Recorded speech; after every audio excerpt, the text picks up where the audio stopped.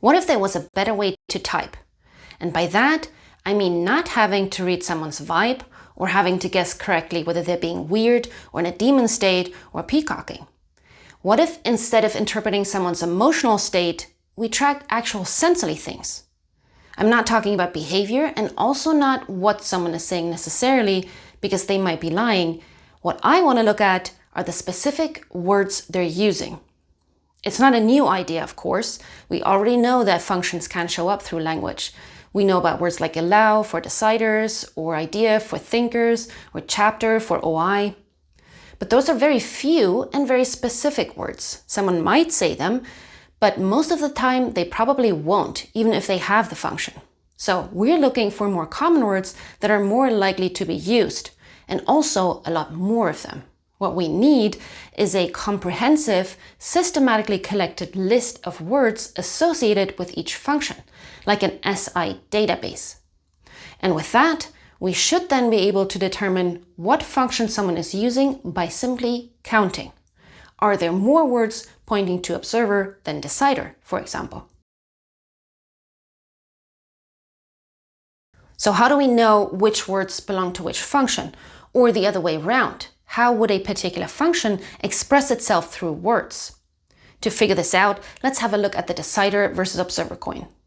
What is it that deciders worry about? Well, for one, other people. So how about we add every kind of people word to the database? Person, someone, guy, human beings, and the little who that comes before a description. What are they processing with these other people? Well, they're either idealizing or demonizing them. Someone is a hero or a genius or so humble, selfless, extraordinary, smart, and so on.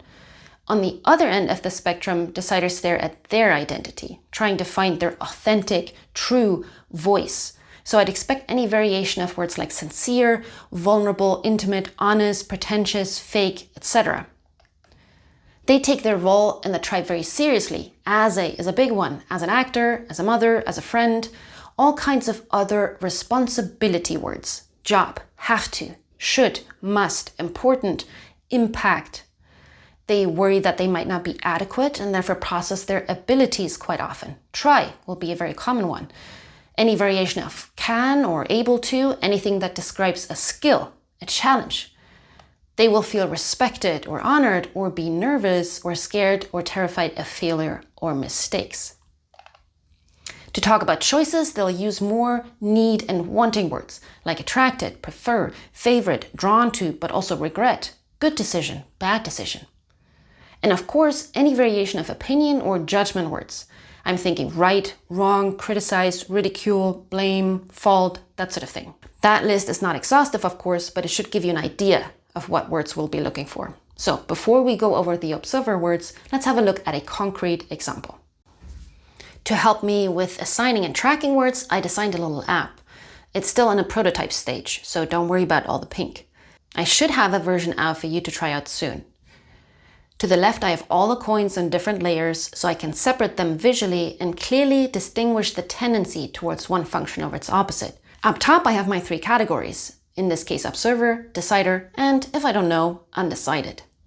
To the right, I have the different contexts that help remind me what it is this function or animal is trying to process, and also the words they use to express that. The point is not necessarily to know all the words by heart, but rather to actively look at each word and weigh where it probably belongs. Here you can see that some words have little tooltips that give me a hint what function they're most aligned with.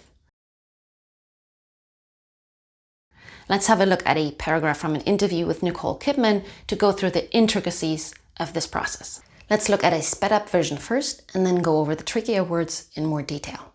Extraordinary. It changed my life. His understanding of the human condition and human beings and his extraordinary intelligence.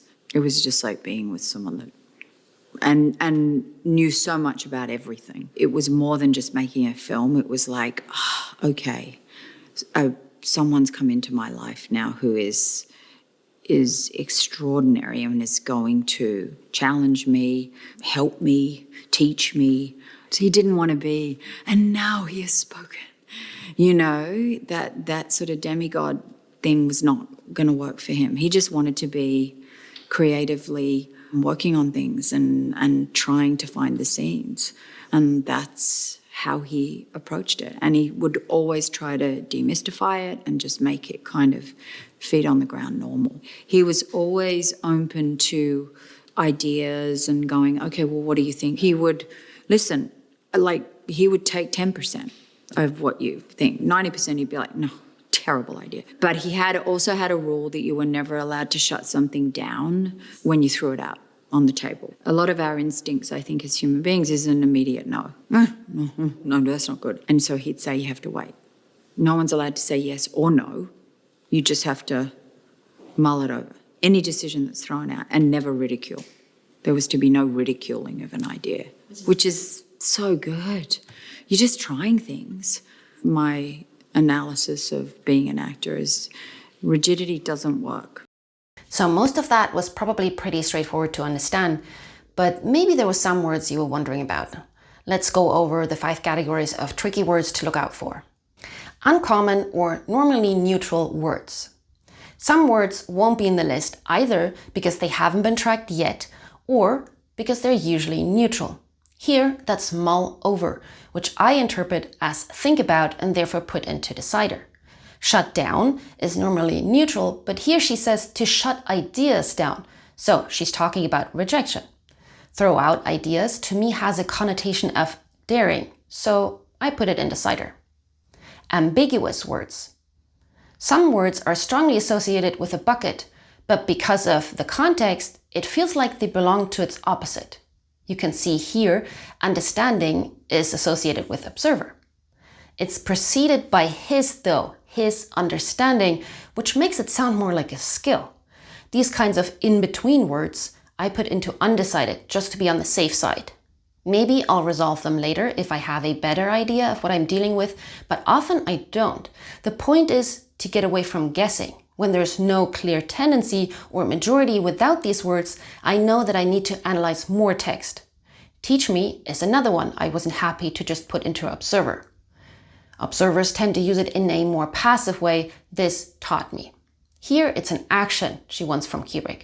The same goes for he approached it. It's used in a doing kind of way. He also had a role, sounded to me like a preference, at least from her perspective. And rigidity could have been used as a judgment here, since she classifies it as not working. Common words. Here you see me mark B. Usually this word doesn't mean anything, but in this case, it refers to Kubrick's identity. He didn't want to be. No is another common one. No, terrible idea. That sounds like rejection. And later she uses yes as acceptance. It and other pronouns also fall into this category. I tend to not mark these though because there are so many of them that the view becomes clustered quite quickly. Context words. These words are not assigned 100% to one category, but rather need to be resolved in the context. Idea can mean possibility or option, but here it's a T word. Another one is think. Observers will use it to speculate or indicate that they're unsure of the information they're about to give. Deciders use it more to voice their opinion or judgment. Passages. Sometimes you find entire passages to mean something without containing any specific assignable words. And now he has spoken is saying that Kubrick didn't want to put himself above others. There was to be no is a fancy way of saying no one's allowed. At this point you might be wondering, what if I make a mistake? I did there. I put things in observer even though in the context it's clear she's still talking about T ideas. Or what if you miss words? Well, the beauty of this method is it's a statistics game. Even when you're wrong occasionally, in the long run, there should still be a clear tendency. Do I see, on average, more decider than observer words? So let's talk about observers. We'd expect them to use any words tied to information. I did or didn't know, I had no idea, or I didn't understand, wasn't sure, was unaware or confused. Then the insight might dawn on or occur to or strike them. They realize, they figure out, or something turns out or ends up being a certain way. I'm also looking for any kind of gathering word. See, read, listen, notice, wonder, imagine, discover. On the other end of the spectrum are words like focus, plan, prepare, concentrate, build. Observers are also constantly a little puzzled by what's going on, so I look for clusterings of words like surprising, strange, interesting, funny, crazy, weird, that sort of thing. They also try to figure out and get their timeline and experiences straight, so I'm looking for clusterings of time words, like moment, happen, event, change, before, after, the first, the last, each day, one time, always, never, expected, or sudden. And just like deciders have a clustering of people words, observers cluster in words describing the thing. So lots of it's and that's and something that. So let's have a look at an observer in the flesh. School Ties was my first feature film, and I thought it was also going to be my last one for all I knew. So each day is one that I can remember something unique about. And all the time that I've been lucky enough to be making movies, so much of it becomes a blur. But because it was such an opportunity for a 22, 23-year-old actor, the gravity of it, none of it was lost on me. But I had to try to put that out of mind because I really had no frame of reference for what pressure felt like or didn't feel like. I didn't know. It was a cast that was introducing a lot of new actors that we would see coming up in the 90s, like Matt, Ben, Chris. It was sort of the diner model, is what we were told. My screen test for it was with Matt, and I knew that I needed to match pitch with him. I wasn't really certain how working for camera differentiated from what I was accustomed to, having just at the time in my life come out of training in a conservatory. I knew that I needed to size things down. You're not playing to the last row. And I also knew that if I just listened to what Matt was saying, I was getting across what needed to be acted and conveyed. And I think that's because he's such a good actor. He makes you better. And I'm pretty sure that has a lot to do with why I got the job. It's a film about wanting to belong. Sooner or later, we've all felt like we've had our nose pressed up against the glass and we wanted to be a part of what was on the inside, and there was something keeping us out. And that's who David Green was. He was good enough, but he wasn't accepted because of his fundamental existence. So this was a small demonstration to give you an idea of the process more than anything. I definitely plan on making more in-depth videos later, but I'm really curious what you think so far and whether you think this has merit. And that's it. If you have any thoughts, feelings, ideas, SI words to contribute, or criticisms, let me know in the comments or in the Unofficial OPS Facebook group.